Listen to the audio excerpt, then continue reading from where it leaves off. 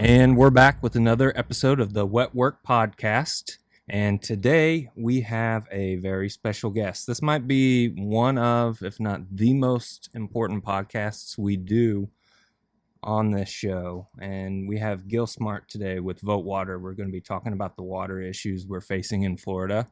So, Gil, just introduce yourself, and we're happy to have you. Thanks, Bryce. Glad to be here. My name's Gil Smart. I'm Executive Director of Vote Water. We are a 501c4 political organization. We are based right here in Stuart, Florida, actually down in Sewell's Point, a couple miles from where we're sitting right now. And our whole impetus, our whole goal is cleaner water for Florida. We see Florida's water problems. They're sort of a long-standing issue that's really come to a head in recent years. We're seeing it right now on Lake Okeechobee. We are dedicated to the notion that ultimately Florida's water problems are political problems that have been made worse by political decisions over the years. We need a political solution. We need better policy. We need better policy makers, people who are going to put our waterways first, because if they're ever going to recover, and they have to, that's what it's going to take. Yeah, and we're going to dive into some of the issues and some of the things going on in Florida. But right now, if you're to follow Vote Water on Instagram, Facebook, Friends of the Everglades, Captains for Clear Waters, they're over on the West Coast. Captains for Clean Waters over on the West Coast, too. Yeah. There are quite a few organizations that are dedicated to this cause. That's because the situation is pretty dire here in Florida. We're over in Stuart on the East Coast, and periodically, the St. Lucie River is just a couple miles from here. Periodically, the St. Lucie River and the Caloosahatchee over on the West Coast get discharges from Lake Okeechobee. When Lake Okeechobee gets too high, the U.S. Army Corps of Engineers, which manages the dike around the lake, has no choice but to release water to the estuaries. When that happens, if there's algae in the water, as there is right now, it can be a huge environmental crisis for the folks along the St. Lucie, for the folks along the Caloosahatchee. Right now, Lake Okeechobee is at about 14.89 feet. The U.S. Army Corps of Engineers has said that if it gets to 16.5 feet, they may be in a situation where they're going to have to discharge water. And also right now, at least half of the lake is covered in toxic blue-green algae. So we're watching it. Everybody who pays attention to this issue is watching it, because right now our local estuary is looking pretty good.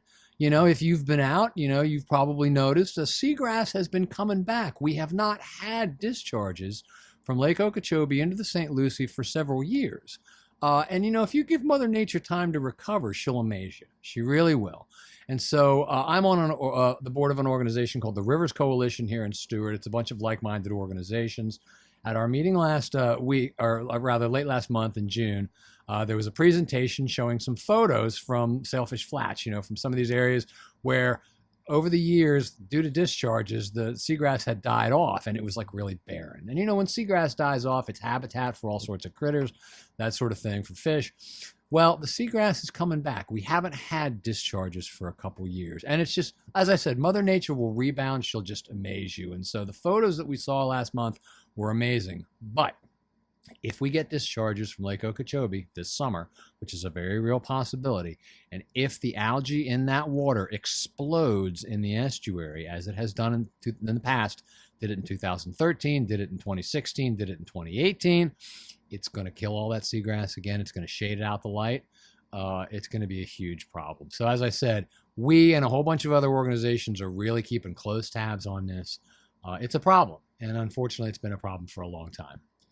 Yeah, and not only are the discharges from the lake an issue, but there's so many levels to the issues we face in South Florida. It is hurricane season, and going back, historically speaking, was it 1928? The hurricane of 1928 caused a flood. It was a very bad storm. Lake Okeechobee, for those of you that aren't from that area and aren't familiar with it, Lake Okeechobee is a very large lake. Therefore, it holds a lot of water. And as the population in Florida grows, more people were moving around the lake. We have a very bad storm. It floods. I want to say it killed around 3,000 people. There were actually two major storms that each killed several thousand people when the lake flooded As a result, the U.S. Army Corps of Engineers built and then recently strengthened, it's called the Herbert Hoover Dike around the lake. They just earlier this year wrapped up a $1.5 billion project to strengthen the dike around the lake. And as a result, the lake can hold a little bit more water safely than it used to. Used to be that when the lake would get to the level it's at right now, they'd be getting nervous and they'd be talking about discharges. They can hold a little more.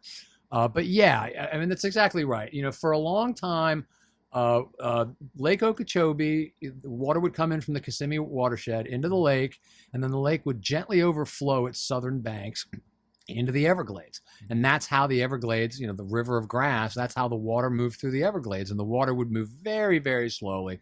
I think at a pace of something like 10 feet a day or maybe even less through the Everglades. As it did, it became clean and was discharged into Florida Bay. Okay. That's how Mother Nature did it. And you know what? You're not going to improve on that. But, you know, we here in Florida decided that we know better than Mother Nature. So starting in the late 1800s, early 1900s, we came and we quote unquote drained the swamp. We dammed the lake. We, you know, built all these canals to divert the water. We created a whole area south of the lake called the Everglades Agricultural Area, which has some of the best muck farmland in the world. Black gold. Black gold, fantastic for growing crop, particularly sugarcane. Of 700,000 acres in the EAA, about 440,000 acres are in sugarcane. So we created this whole huge agricultural region, and there are towns surrounding the rim of the lake. And yeah, you know, dike safety has been and is a big concern. You know, you've got to make sure people are safe. And that's, you know, really that's the primary or one of the primary aims of the Corps of Engineers in managing the lake. But, you know, you see what I'm saying, though. We have a system that used to be Mother Nature sort of created this perfect system. And then we came in, built this, built that, diverted water here, diverted water there. And now we have this hugely complex system of water management and water supply that has to be managed, you know, micromanaged, really, and trying to please everybody, trying to please, you know, make sure that the dike is safe and people who live south of the lake don't have to worry about it. Trying to make sure agriculture has all the irrigation water it needs. Trying to make sure that West Palm Beach and other municipalities that rely on the lake for water get what they need. You know, they need a certain amount of water for the people. Trying to make sure that we don't kill the estuaries with discharges. Trying to make sure we don't kill the lake itself by holding it too high and killing the submerged aquatic vegetation in the lake. It's a delicate balancing act. The U.S. Army Corps of Engineers and the South Florida Water Management District basically run the show together. And I have to say they do a pretty good job, because it's hard to make everybody happy all the time, right? Mm-hmm. They do the best they can, I think. And you know, props to the Army Corps in particular, because they've been very open about how they do what they do and the plans that they're developing to better manage the lake.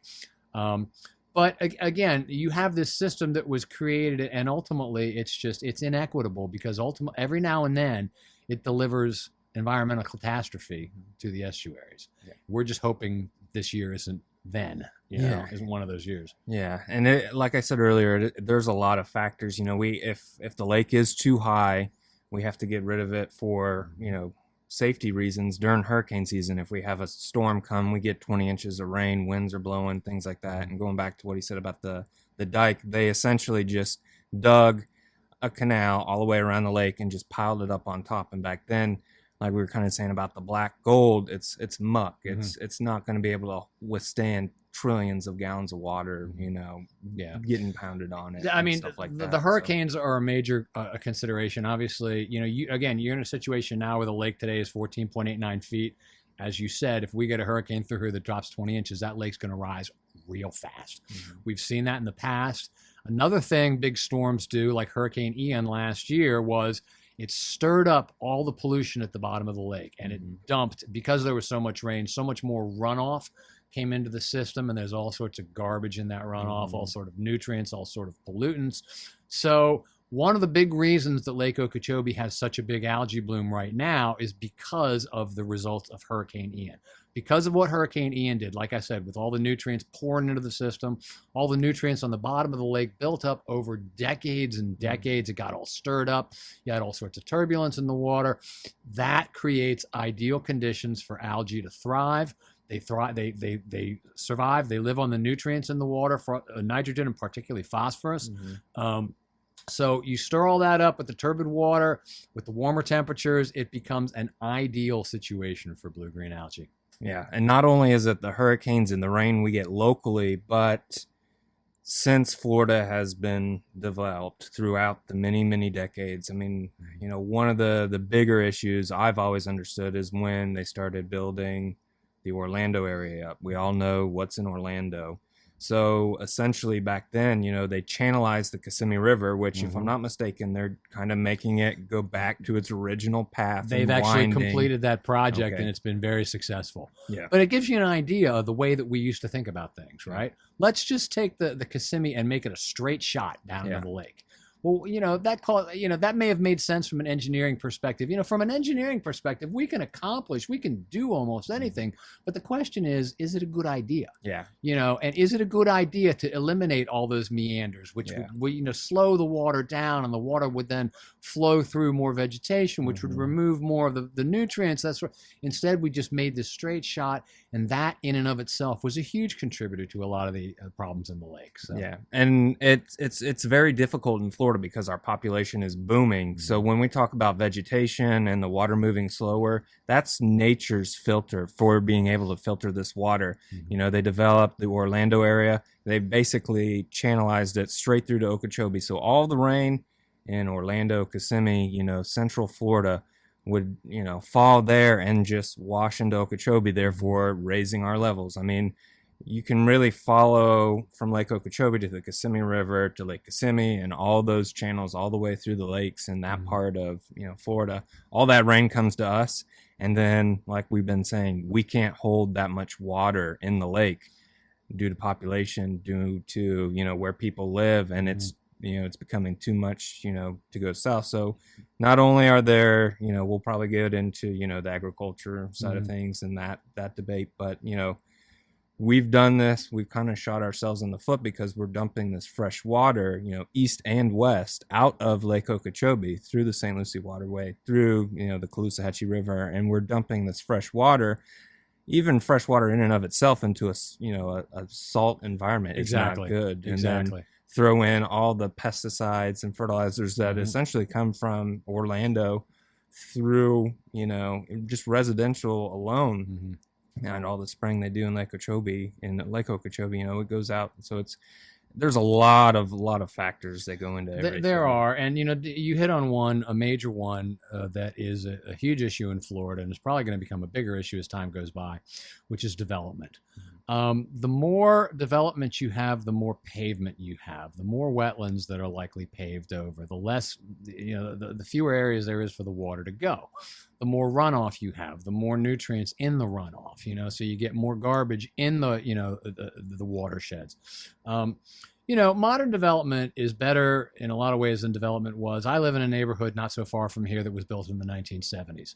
And back then, there wasn't a whole lot of thought given to some of these issues. Today, if you build a development like that, you got to keep most of the water on your own property. You have to keep and treat most of the water on your own property. That's a good thing, right? But we've got a lot of older development here in Florida that never did that, never accounted for that. And it's an issue, or it can be an issue, right? We have an issue with septic systems in Florida. I don't know how this ever struck anybody as a good idea to put septic systems in a state that is, there's so much water, the groundwater level is so high. Who thought this was a good idea? Well, basically a water bubble. Yeah, pretty much. So, and what you have now throughout the state, and in some regions it's more of an issue than others, but what you have now throughout the state is leaking septic systems that are contributing to the pollution in the water. And in most cases, you may not even know that it's happening, or you may not be able to pinpoint exactly where it is happening. Some older neighborhoods, and here in Martin County, we're coming to you from Martin County, Florida. There are some older neighborhoods close to the water, a place called Golden Gate, for example, where they have identified that there's a lot of septic systems, and it's a problem. It's close to the water. It's a lot of septic systems, so millions of dollars have been spent, both by local government and homeowners, to upgrade to sewer lines, or to higher performing septic systems where possible. The state legislature just passed a measure, House Bill 1379, which around the Indian River Lagoon prohibits the installation of traditional septic systems with new development. It's a good idea, right? At best, you're going to hook up the sewer. At worst, you're going to have one of these newer septic systems that take a lot more of the nutrients out of the water. So, that is a huge issue. Development in and of itself, again, the more you pave over wetlands, the more problems you have. If you saw what happened over in the Fort Myers area with Hurricane Ian, there's a lot of people in the wake of that storm talked about, well, look, the development of that area was a factor in why that area saw so much damage. There's nowhere for the water to go. There just wasn't, So we here in Florida, I came across, I'm part of an organization called the Everglades Coalition. It's 60 organizations in the South Florida region that address these issues. I was at a conference where they were talking about, in the early 1970s, then Governor Reuben Askew appointed this task force to look at, among other things, the impact of development. And they raised this issue. They said, there's going to come a time when Florida's just not going to be able to take any more new people unless, without risking environmental catastrophe. That was 50 plus years ago. We're still getting, I think it's something like 800 people a day continue to move to Florida. Yeah, we've had hundreds of millions of people move. It's crazy. And we've accommodated them, but there's a cost to that, and we see it sometimes in our waterways. And I've grown up in Florida my whole life. Were you born and raised I was here? not. I'm a native Pennsylvanian. Okay. And I came down here in 2015 to take a job with the local newspaper. I've spent most of my career as a journalist. And I believed the tourist brochures. When I thought Florida was the land of palm trees and blue, clear water, because it was to me. That's what it looked like from Pennsylvania. When I got down here, my first summer here was the lost summer of 2016. It was one of the worst algae crisis this region had ever seen.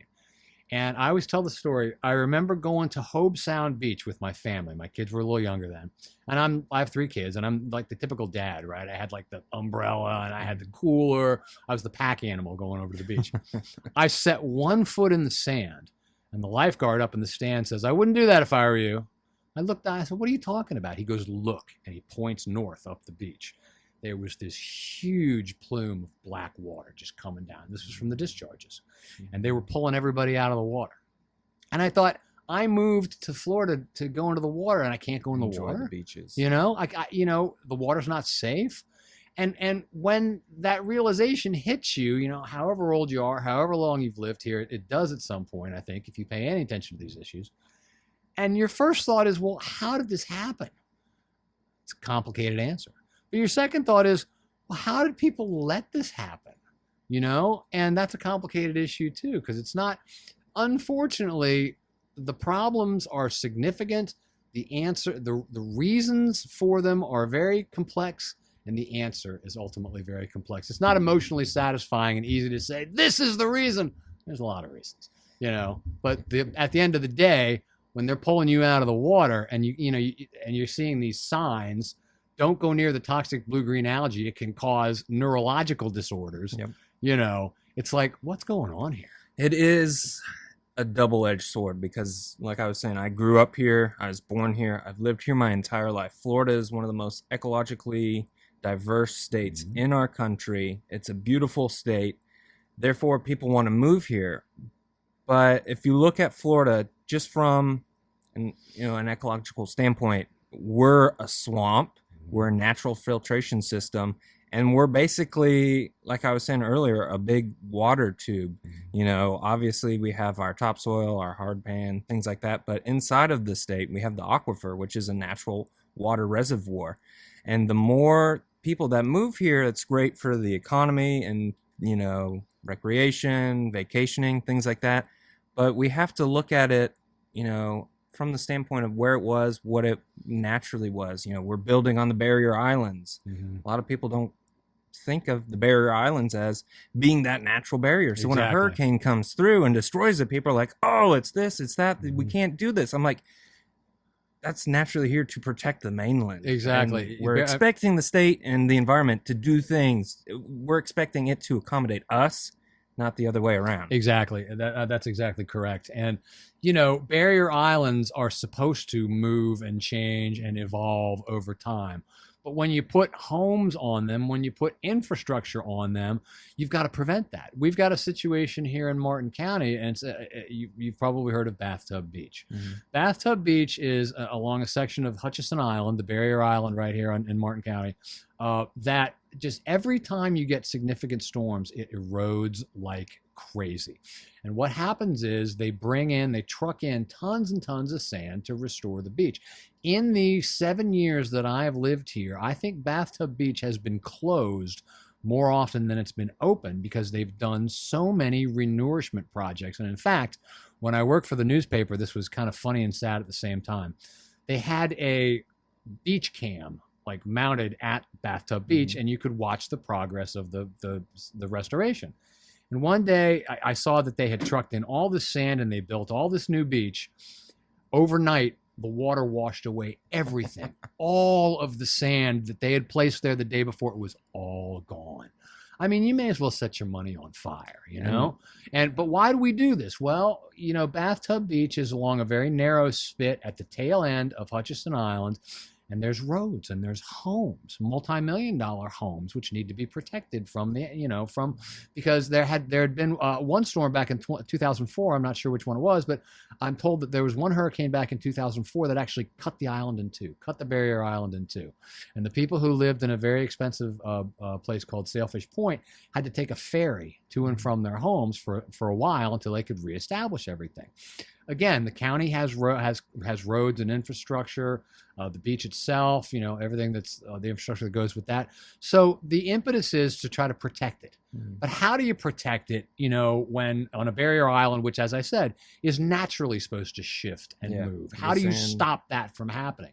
I don't want to get into the whole climate change debate, but if seas are rising, whatever the reason, if they are rising, then it's going to become a bigger problem on these barrier islands because they're going to see higher and higher water levels, which are going to encroach more and more. Again, we're talking multi-million-dollar homes in a lot of these cases, and those people are going to demand that government do something about this.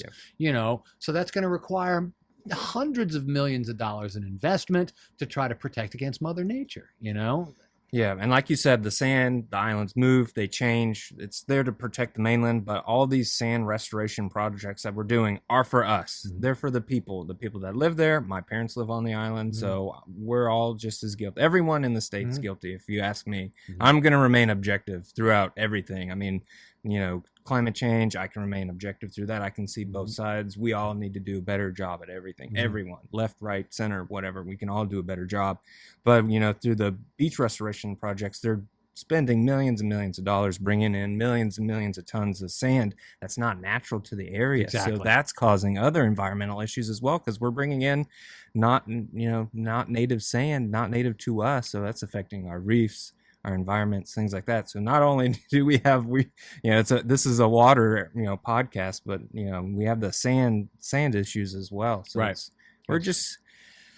We're kind of being attacked on multiple fronts, and really, when you get down to it, if we didn't live here, the state would probably be immaculate and beautiful. Probably. Although you could maybe say that about every place. Yes. So, yeah. But, the water, going back to the water, we have another brief history. Kissimmee, Orlando drains into Lake Okeechobee. It drains out. Now, when did they start dumping, if when did they start pouring out left and right? The Caloosahatchee and St. Lucie. The Caloosahatchee always had a connection to Lake Okeechobee. Okay. And in fact, the Caloosahatchee needs some fresh water from Lake Okeechobee to maintain salinity levels. Mm-hmm. To remain in an ideal, what they call salinity envelope, to remain ideal, they need a certain amount of water from Lake Okeechobee. I believe it's up to 2,000 CFS, cubic feet per second. It's a lot of water. But that's what, that's the maximum they can absorb. The St. Lucie River never had a connection to Lake Okeechobee. It was dredged. We dredged the St. Lucie Canal connecting, and this, I believe, was in the 1920s, maybe a little bit earlier. But we dredged a canal connecting the lake to the river. And the idea initially was this is going to be great for navigation. Mm-hmm. Okay, that was one of the initial purposes for dredging the canals, for basically you're connecting the West Coast to the East Coast. In fact, a Panama Canal. exactly. And in fact, I think there's a sign somewhere here in Martin County. It may be right here in Jensen Beach, the Rio area, that says Stewart Gateway to the Gulf or something like that, you know, and that dates from that time. This would allow you to do that. But it also became a mechanism by which the Army Corps of Engineers is going to lower the lake. And so the discharges have been going on for decades. There's we used to have, I'm not even sure if we still have it, that we used to have a copy of a page from the local newspaper, the Stewart News. I think it's from 1960. And at that point in time, it was talking about how the discharges are destroying the estuary and we need to stand up and we need to fight. You know, they were having this same argument, 70 years ago, 60 years ago, whatever it is. The Rivers League, I think it was called at the time. They wanted people to join the Rivers League. And actually, if you look at the data, in the late 60s and early 70s, they actually dumped more water than they've tended to in recent years. Now, there wasn't any algae in it. It was fresh water that just, here's the problem. Here's the basic problem. The fresh water from Lake Okeechobee comes into the Brackish Estuary, and all of a sudden your salinity levels, which were okay for like oysters and other critters, all of a sudden they go haywire. The salinity level drops like a rock, okay? Because you've got all this fresh water overwhelming the salt water, okay? So the actual composition of the water itself changes once you dump this water from Lake Okeechobee. And like I said, this has been going on for years. Periodically kills off kills off the seagrass, it kills off the oysters, which themselves help clean the water, so it becomes like this vicious cycle. I think in the year 1970, a bunch of kids, high school kids, held a funeral for the St. Lucie. And I wrote a column about this when I was with the paper. There's photos. They actually carried a coffin. They had a big, thing. But this is 1970 when they were talking about how these discharges were killing the estuary. Excuse me. That the estuary has not been totally killed. That after all this time, we're still seeing some seagrass. It just shows you, as I said earlier, how resilient Mother Nature can be if you give her a chance. It is very resilient. And because like I said, we'll probably go into the agriculture and things like that. But as far as what he was saying about the fresh water dumping out, it's okay. What do you see as, obviously there is the elephant in the room. Bull sugar, big sugar, whatever you want to call it. Like I said, we do play our part in it as well. But that fresh water that used to, the higher levels you said back before Florida was as developed, we didn't have the pesticides from Orlando down. We didn't have the fertilizers from Orlando down. In our neighborhood, we have a beautiful lake, and our sprinkler systems are from that lake. That's where our water comes from. People will lay fertilizer down, and it's kind of like a micro environment, which kind of shows what's going on in the state. We spray all this stuff on our grass to make our yards look beautiful because everyone wants to have a beautiful yard. But even in our lake, that's only a few hundred acres, we have algae blooms and things like that. So as far as us versus, the sugar industry, the agriculture industry, which do you think plays a bigger part? So you just kind of hit the nail on the head in what you said, which is that nutrient pollution is the biggest problem for Florida's waters across the board. That's true if you're talking about the springs, the Florida Springs. It's true if you're talking about, the St. John's watershed. It's true if you're talking about Tampa Bay. It's true if you're talking about Lake Okeechobee in our region. Nutrient pollution, nutrient overload is the biggest problem. Nitrogen's an issue. Phosphorus is a huge issue. In many regions, not all regions of Florida, but in many regions of Florida, the biggest contributor to these nutrient pollutions is agriculture. Okay, agricultural fertilizer, agricultural runoff. We know in the Lake Okeechobee region, because the State Department of Environmental Protection has created what they call basin.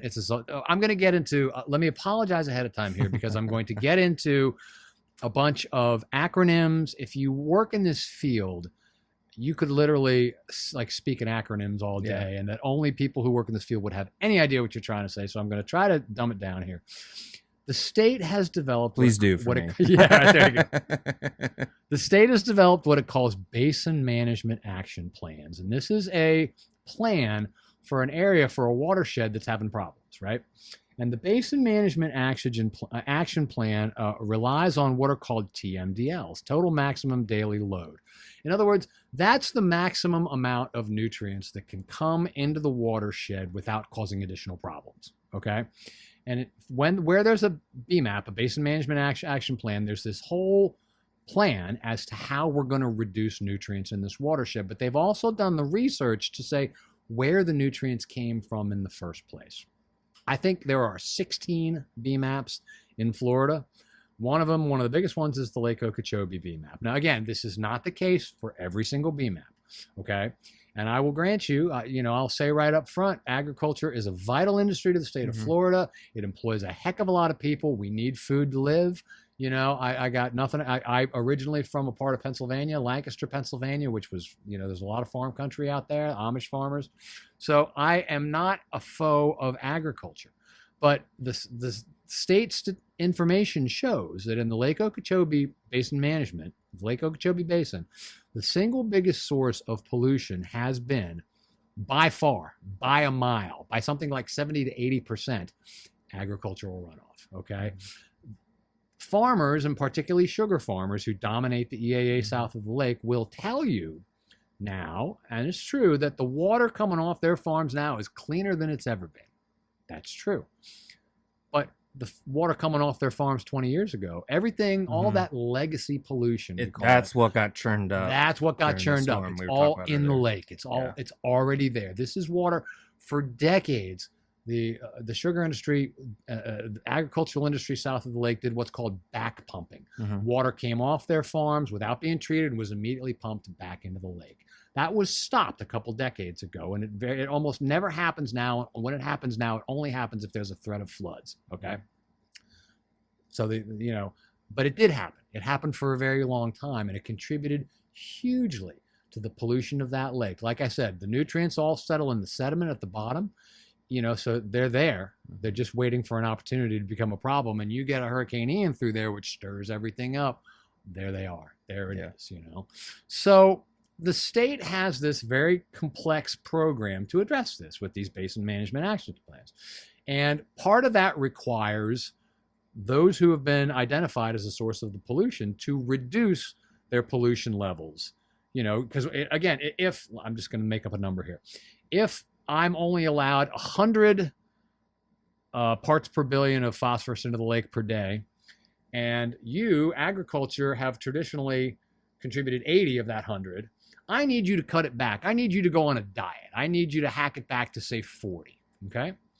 And actually, overall, the agricultural industry is not doing a bad job of reducing their pollution. But the problem is there's such a, it's like, they got it down to 40, but we need to get it down to 10. You're still doing 40. You were doing 80, now you're doing 40, but we need to get it to 10.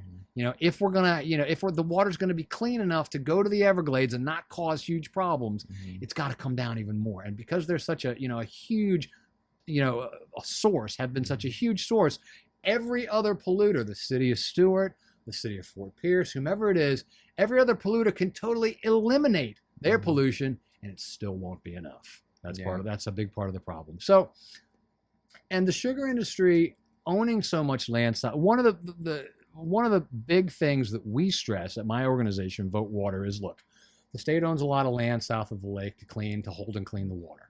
Okay, but it's not enough. We need more. We need more land, and we know where we need it. We need to create a flowway, recreate basically the historic flowway from the lake to the Everglades. Because right now, the area where the water used to naturally flow south from the lake to the Everglades that's all farms. Now, was there a project in the works? There is a project in the works called the EAA Reservoir, the Everglades Agricultural Area Reservoir. Was something just struck down as well that would have helped? There's for another reservoir that's being built. There's a lawsuit going on. The South Florida Water Management District fired the contractor. It's very complicated. Okay. In the Everglades agricultural area now, they are in the process of constructing I believe it's a 10,000 acre reservoir with a huge filter marsh next to it. They're called STAs, stormwater treatment areas. This this came about in 2017 after the 2016 algae blooms, which were such a huge crisis here. State Senator Joe Negron, who was from Martin County, spearheaded a bill through the state legislature to create a new reservoir. This reservoir was actually called for in what's called the Comprehensive Everglades Restoration Plan, or SERP. I told you we could do acronyms all day. SERP is a suite of 60-some projects that was ultimately developed and passed by the U.S. Congress in the year 2000. It's all these different projects which are going to clean the water in the Everglades. A new reservoir south of the lake was one of those projects, okay? And work on that had actually begun years earlier, but then was abandoned, and now they resurrected it. And they were going to, Senator Negron shepherded it through the legislature, and it passed. But here's the problem. The reservoir is about 10,000 acres. Sounds huge. It is huge. Mm-hmm. It was originally supposed to be 60,000 acres. Which is probably still a drop in the bucket compared to the watershed. Correct. And even with that, it's not enough to stop the discharges. Yeah. So there's a real question now as to whether this smaller reservoir that's going to have huge walls. I mean, you're going to have water, I think, up to 26 feet deep or something along those lines. There's a big question as to whether that's going to perform as well in terms of, is it going to hold enough water? Will the water coming out of it be clean, or is it possible that it's going to ultimately, that's going to become like a sink for nutrients? In other words, the water coming in and going through the filter marsh is supposed to emerge from the process cleaner than when it started. But if the reservoir becomes a source of pollution because it's so deep, then that could throw everything else off. And again, the water that comes out of all this has to flow south to the Everglades, and there's a court order in place that says it has to be no more than 10 parts per billion, I think it's per billion, phosphorus.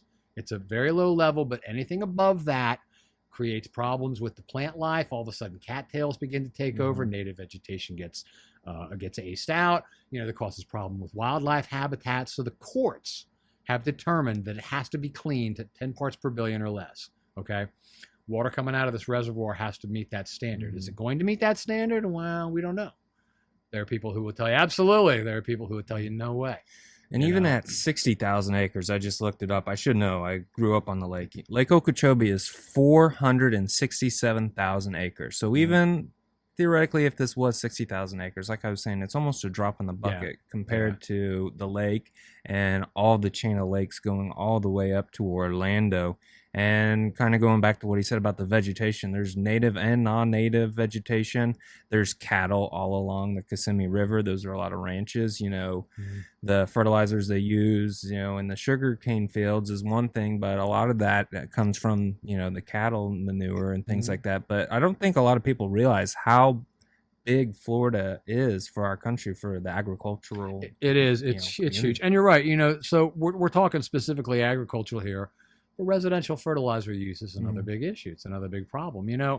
We, the Florida Springs Council, we work with them sometimes, and they're great folks. I'm a big fan of the Florida Springs. If you've never been to any of the Florida Springs, you got to go. Yep. Great places. We just came back from Devil's Den Spring last weekend. But anyway, the Florida Springs Council put something on their Facebook page, which I thought was great, and we reposted. It said, it's a poem. It's a summer poem for you.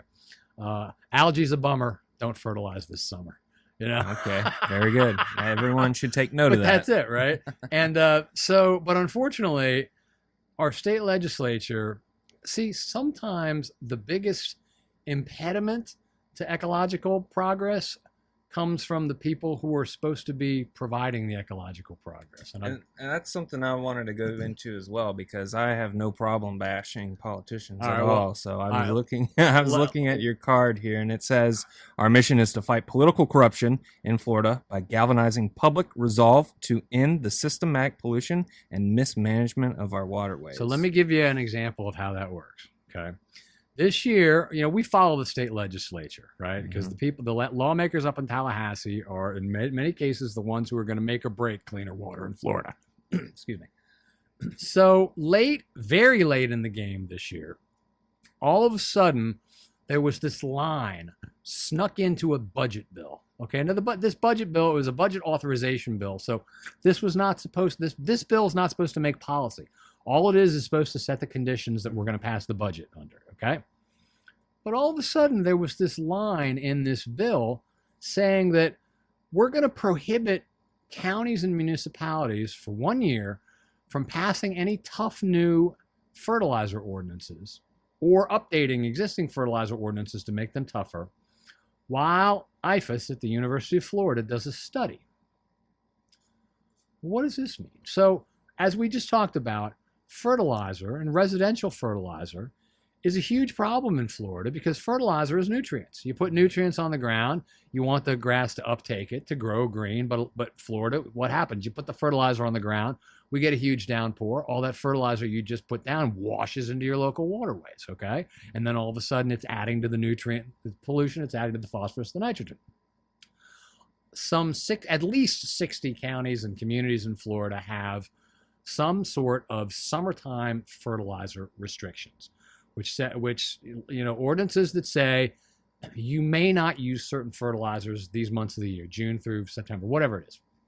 Because of the rain that we get. Exactly. That's the rainy season, and the thought is that the moment you put this stuff down, a lot of it's going to wash away. If you're getting rain every single day, torrential rain, when's it going to be a good time for that? So, like I said, some 60 municipalities and counties throughout the state have some type of fertilizer ban. Well, here, the legislature seems to be trying to sort of undermine that. Well, what's going on? It turns out TruGreen Fertilizer Company sought out the services of a former Speaker of the House, who's now a lobbyist, a guy named Steve Crisafulli, who somehow got this line into this bill that's not supposed to have anything to do with this subject, okay? And it passed. Mm-hmm.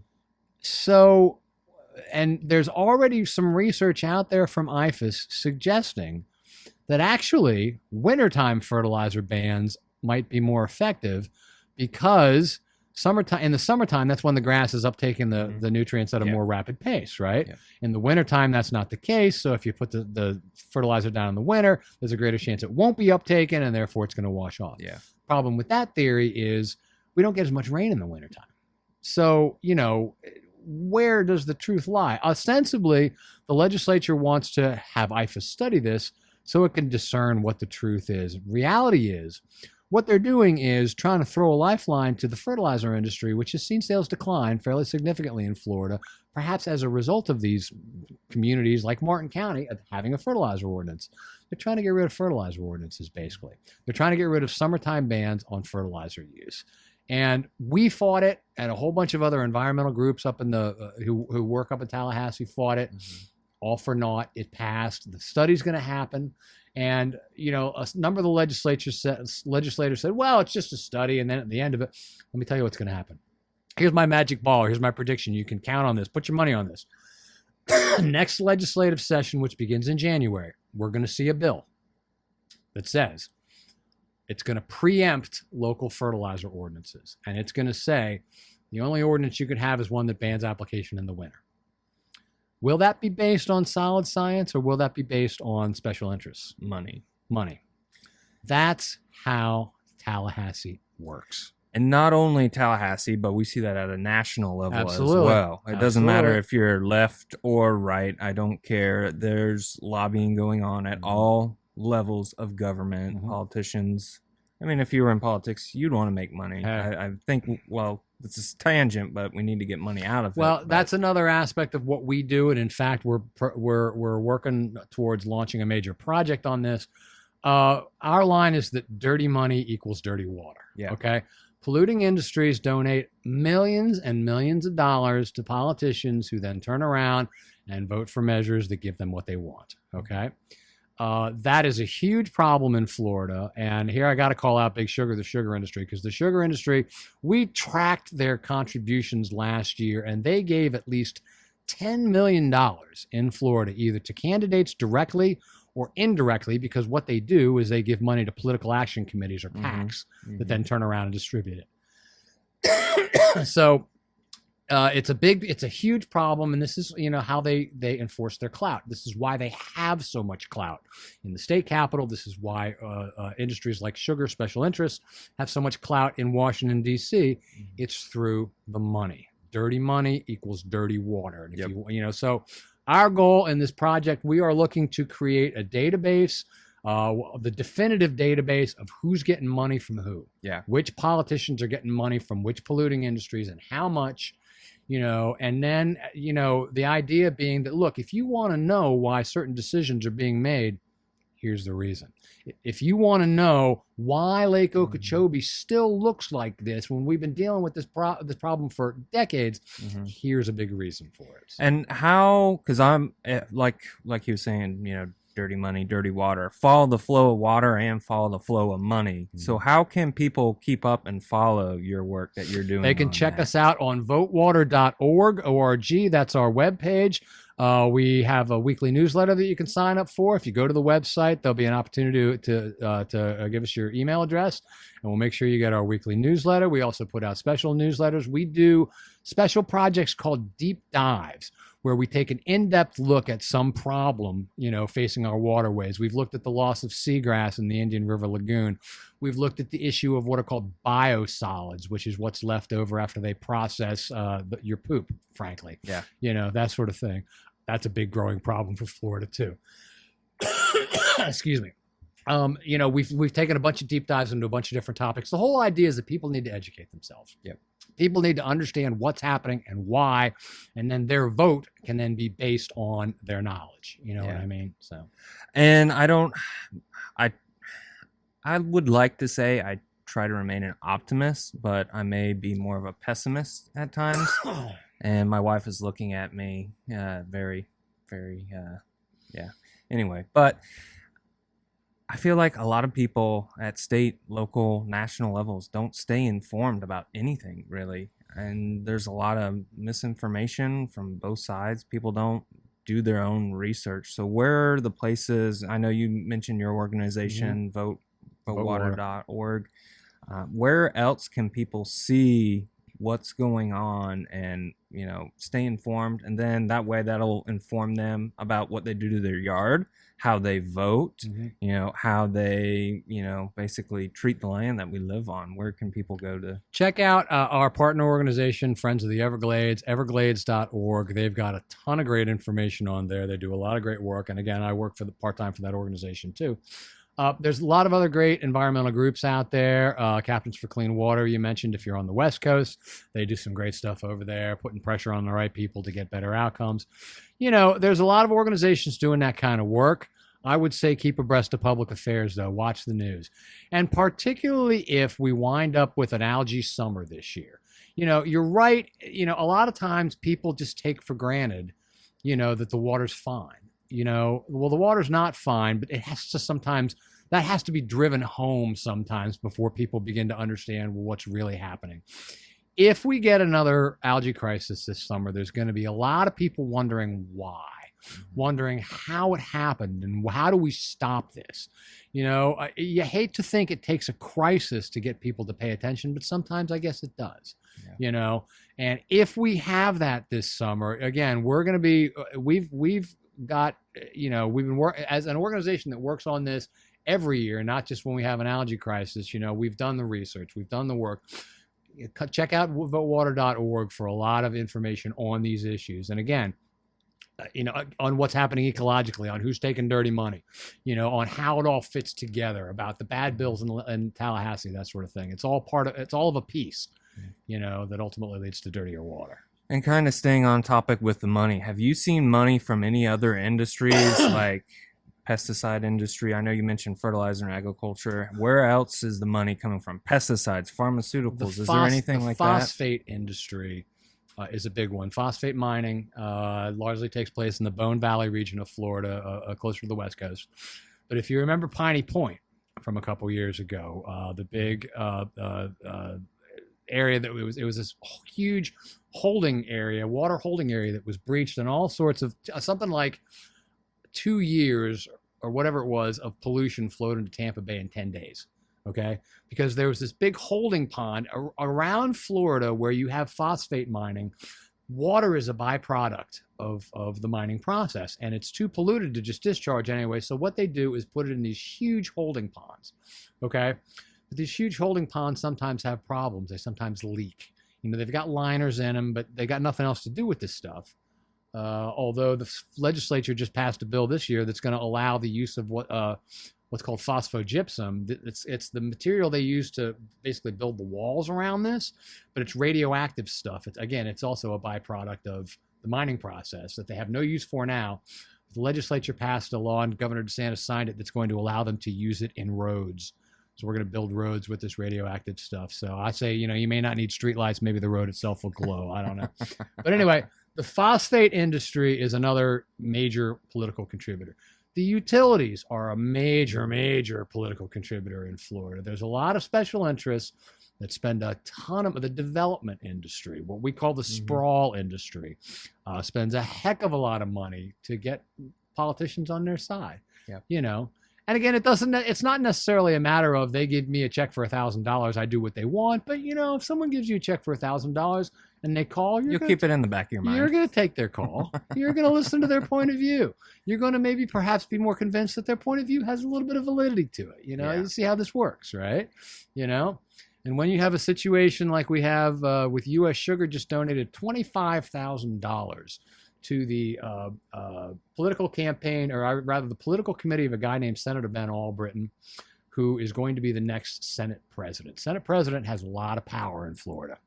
The next Senate president just got a $25,000 check from U.S. Sugar. Do you think he's going to be maybe receptive to some of the things they have to say? I bet he will be. I bet he will be too. This is how it works in Florida. So dirty money, dirty water. Dirty money equals dirty water. And so on the issue of whether you're a pessimist or an optimist, I mean, by nature, I tend to be a pessimist. My line is, if you're a pessimist and things go poorly, you expected it. If they go well, it's a great surprise. Yeah. But man, being out on these waters, you said it earlier. It's just Florida's just so beautiful. Mm-hmm. It's stunning. The beauty of this state. I tell you, I spent the majority of my life in Pennsylvania. Pennsylvania has nothing on Florida when it comes to just the water, when it comes to the wildlife, when it comes to the birds, when it comes to natural Florida. I mean, it's something that needs to be treasured, and it's something that needs to be preserved. Yeah. And I think enough people, whatever your political stripe, I think enough people get that. Because if you're out there on your boat on a Saturday on a beautiful day, it doesn't matter if you're a Republican or a Democrat, you value that. Mm-hmm. You value that. So that's, we're officially a nonpartisan organization. And I think, and then that's why, because it doesn't, whether you vote D or R, whether you vote blue or red, if you spend time out there in the waters, they're important to you. Yep. That's important to your way of life. It's tremendously important to our local economies. It's tremendously important for the sake of the, wildlife that relies on it. So it has value. Mm-hmm. And I think everybody can see that. It's just that some people value other things more. Yeah. And the value of, just to use political contributions, the value of the political contribution outweighs the natural value of the local waterway. Yeah. Or there's this idea that, it's fine. It's fine. It'll be fine. It's not that big of a deal. It'll be fine. Yeah. It's not fine. And since we're on politics, politicians, go out and do their press junkets and all that sort of stuff. One politician that's newer on the scene is Robert F. Kennedy Jr. I don't know if you're familiar with him. I've seen him on some podcasts, but he started off as an environmental attorney going after big companies, anything like that. Has he made his way here or talked about anything like that? No, we haven't. But we haven't heard anything from him. We've got some good folks locally. Brian Mast is a Republican congressman from our area here. Brian Mast, there's a lot of lefty folks out there who dislike him intensely. But the one thing I will say about Brian Mast is he has been a warrior on water issues. He has been, because, his predecessors just didn't fight this hard. Mm-hmm. He understands, he gets it, I think, and so that's what we need. We need more people like that. We need more people who understand how important these waterways are. Talk about the quality of life of this area where we're sitting right now. Yep. What is this area without the water? You know what I mean? It's vital to our economy, for tourism, for fishing, for food. I mean, it's our way of life. I mean, I can't.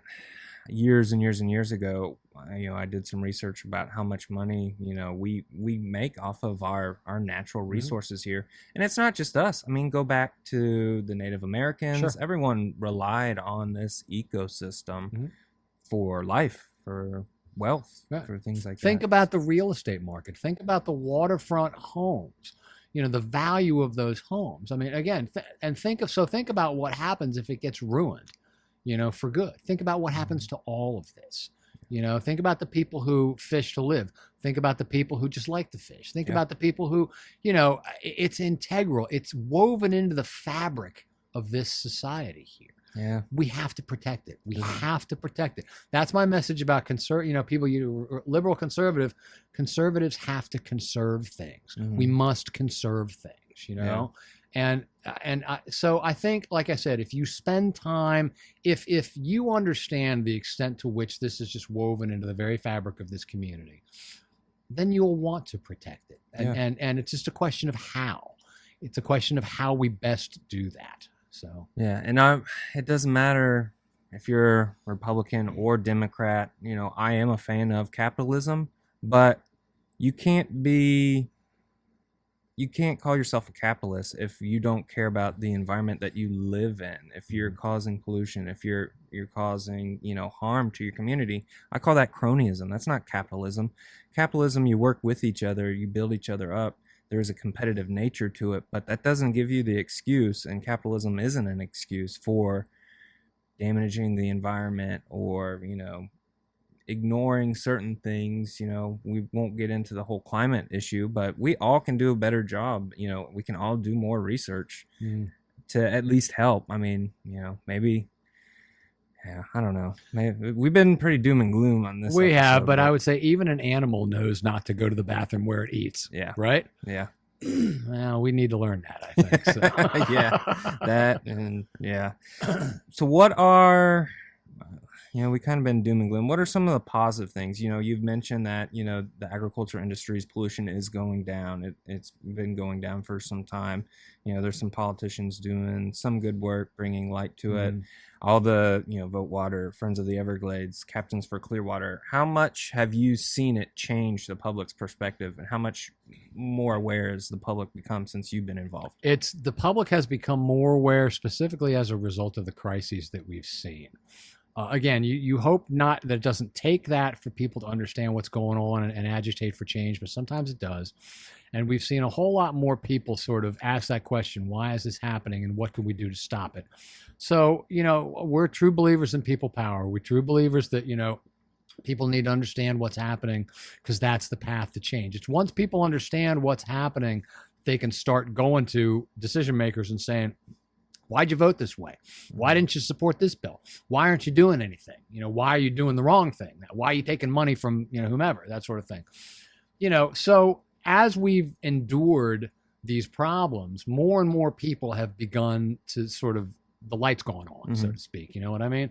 And that's what we need. That is simply what we need. So I'm hopeful, like I said, that enough people value the water, the clean water, that, we're going to continue to see that. And we're going to continue to see more people. And again, you don't have to be liberal or conservative. You just have to be someone who cares about clean water. And then turn and look at your local elected officials and say, well, what are you doing about it? Yeah. Hold their feet to the fire. Hold their feet to the fire. That's where it's at. I mean, that's what we're all about. That's what Vote Water. It's right there in the name, Vote Water. We want them to vote water. We want to vote for the right people. And once they get in office, we want them to vote for the right policies. And two more things I want to cover. One, kind of going back to, we talked about the fertilizers and things like that, but the pesticides, everyone is killing weeds, spraying weeds. I mean, there's companies that go out on airboats and they spray the non-native vegetation and kill that. So we're spraying a lot of pesticides into the water that eventually goes into the ocean. It kills the vegetation there. That vegetation essentially sits on the bottom, builds soot. What kind of nitrogen or phosphorus buildup comes from that dead vegetation? It's a significant amount. There's an effort being made by some activists to get the South Florida Water Management District or the Florida Wildlife Commission to stop using pesticides and to manually basically pull the weeds instead.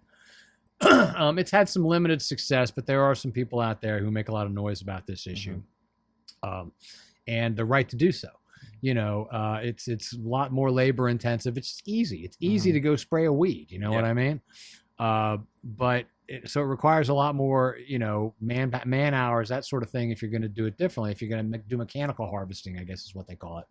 But that's a definite issue because anything organic dead in the water is going to release its nutrients, and again, that's a huge problem. And then that the pesticide, if it doesn't, stay there, it gets passed through, and then that goes to the saltwater environments where the seagrass is and can kill that. And I've noticed, I grew up here fishing in Fort Pierce, Jensen Beach, Stewart.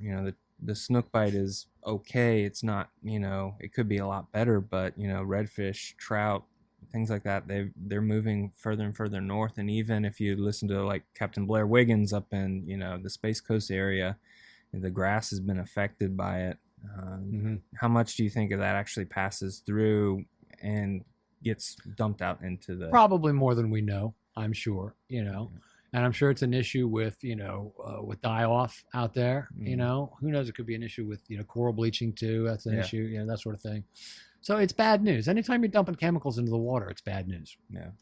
And have you heard of anything like maybe digging out Lake Okeechobee or building oysters or more mangroves over here on the coast, more clams, anything like that? Any projects like that? Outfits like the Florida Oceanographic Society do a lot of work where they do seagrass planting, they do clam shell. They try to deploy clams.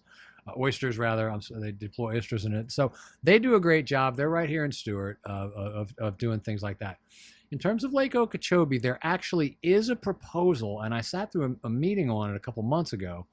The lake, as you said, is just massive. It's just so the idea of dredging the lake is just kind of blows your mind. But there's actually at least one proposal where they would put some sort of mechanical contraption on the bottom of the lake, which, as I understand it, would sort of like suck some of the mud in and just clean it.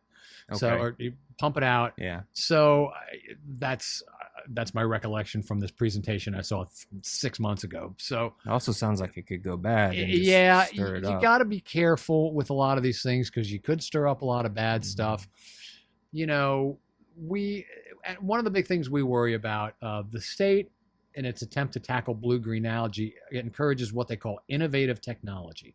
Basically, they want people to come in here and provide a scientific, answer to the problem. And so there's a number of outfits out there that have been doing things to try to kill off blue-green algae or actually take the nutrients out of the water. And, some of them seem to work. One of them has to do with putting hydrogen peroxide in the water, okay, which I guess does kill off the algae. There've been a number of cases where they've treated big blooms with hydrogen peroxide, and it seems to have worked. Can you scale that? Half of Lake Okeechobee is now covered with algae. Can you do it at a large enough scale that it would actually make a difference? There's something that they've been using over on the West Coast, and I don't know enough about this to really comment on. It's called a bubble curtain. I've heard this term on numerous occasions. I've seen stories. I haven't really delved into what exactly it does or how it works, but I think there's some questions about how it works. And this is what I'm getting to is there's such a hunger for an easy solution to fix the problem. The solution to the problem, the real solution to the problem is A, stop polluting. Okay, B, enforce pollution limits that are already on the books. Okay, and and stains the flow of dirty money that's helping to continue all these things. But anyway, that's difficult. It's easy to throw something in the water and have it like magic, get rid of the stuff. So the state has this program where they've allotted money to outfits that come and do some of these things. The question is, how well are these fixes being vetted? How do we know that by putting this in the water, it's not going to ultimately create more problems than it solves? Another issue, right? How effective are these things really? Does the taxpayer getting good bang for their buck on these? How much lobbying are they doing? There's a lot of those sorts of questions that so far just haven't really fully been answered. So we don't want to say technology is a bad thing. Maybe the answer is out there somewhere, or one of these outfits has the answer.